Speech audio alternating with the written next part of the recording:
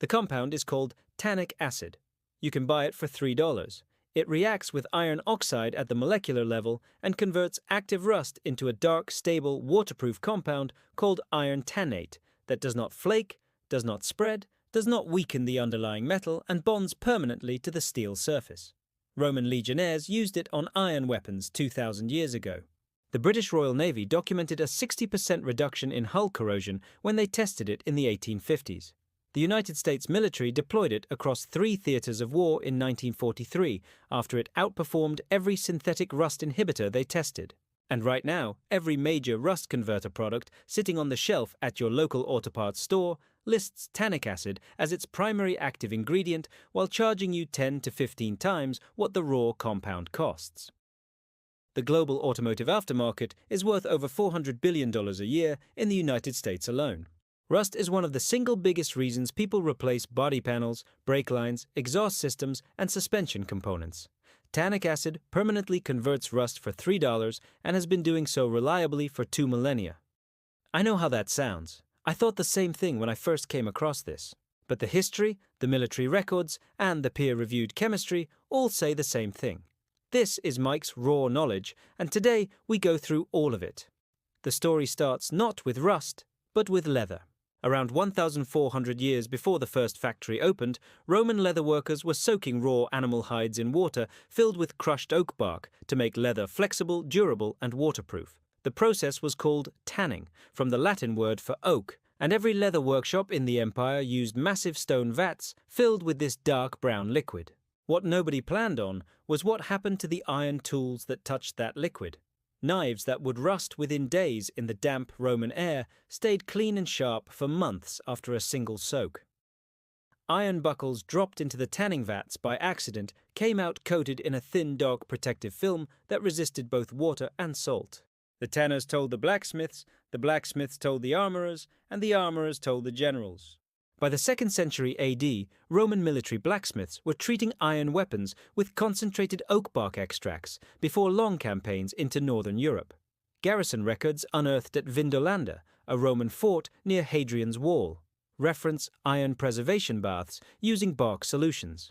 That is a 2,000-year-old military maintenance record describing the exact same chemistry we are talking about today. And Rome was not alone in figuring this out.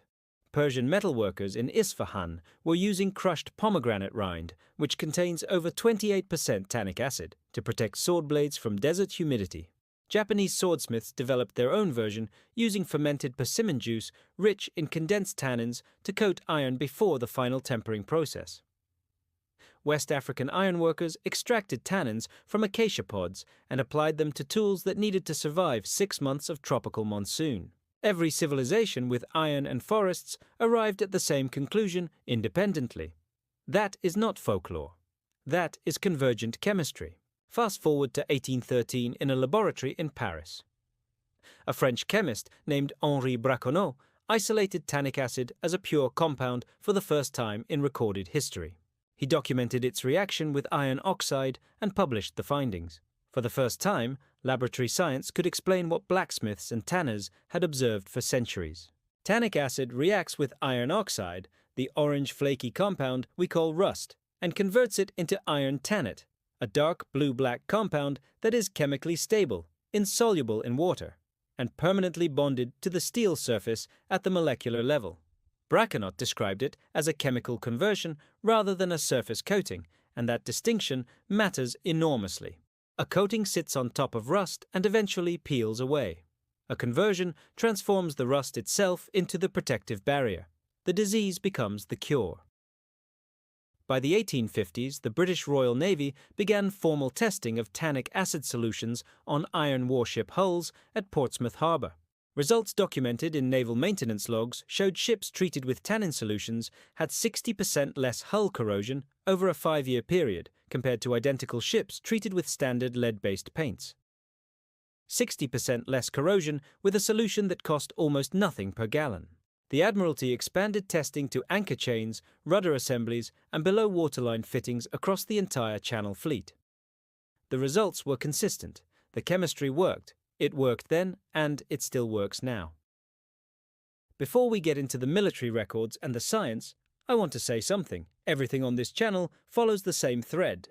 The knowledge is real, the history is documented, and the reason most people have never heard of it is not because it failed. It is because cheap solutions do not build billion-dollar industries. Tannic acid is just the latest example.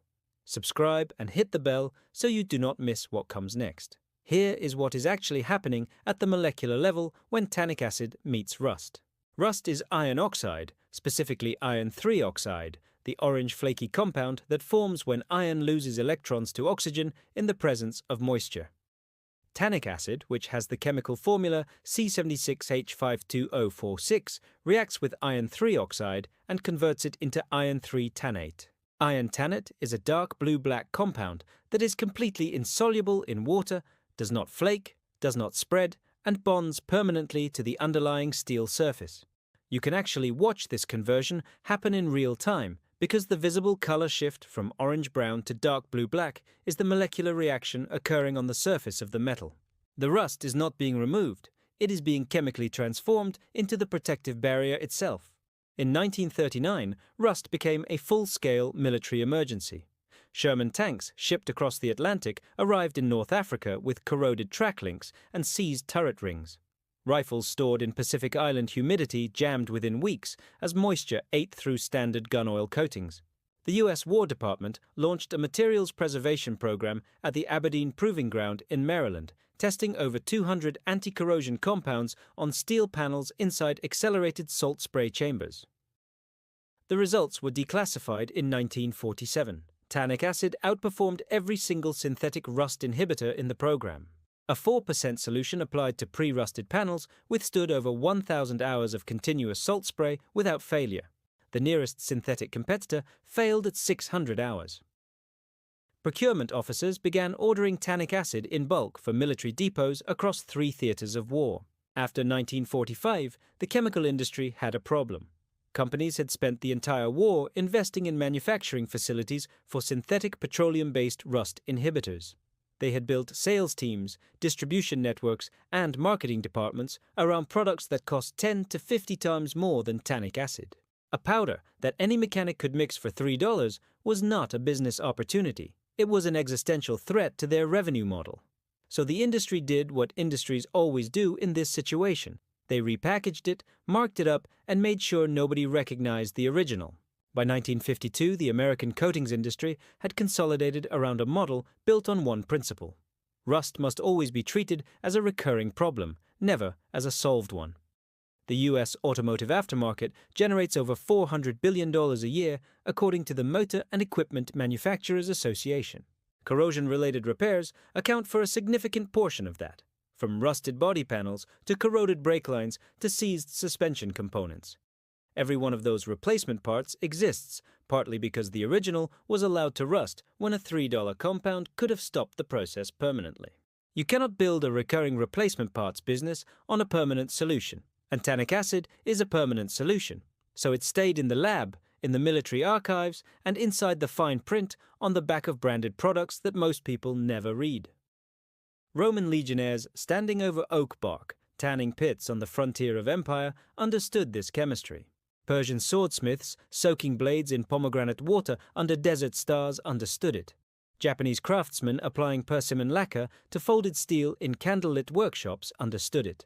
West African iron workers painting acacia extract onto machetes before the monsoon came understood it, and the United States military deployed it across 3 continents in 1943 because they understood it too. The compound is called tannic acid. It costs $3. It converts rust into a stable protective compound at the molecular level, and the reaction is permanent.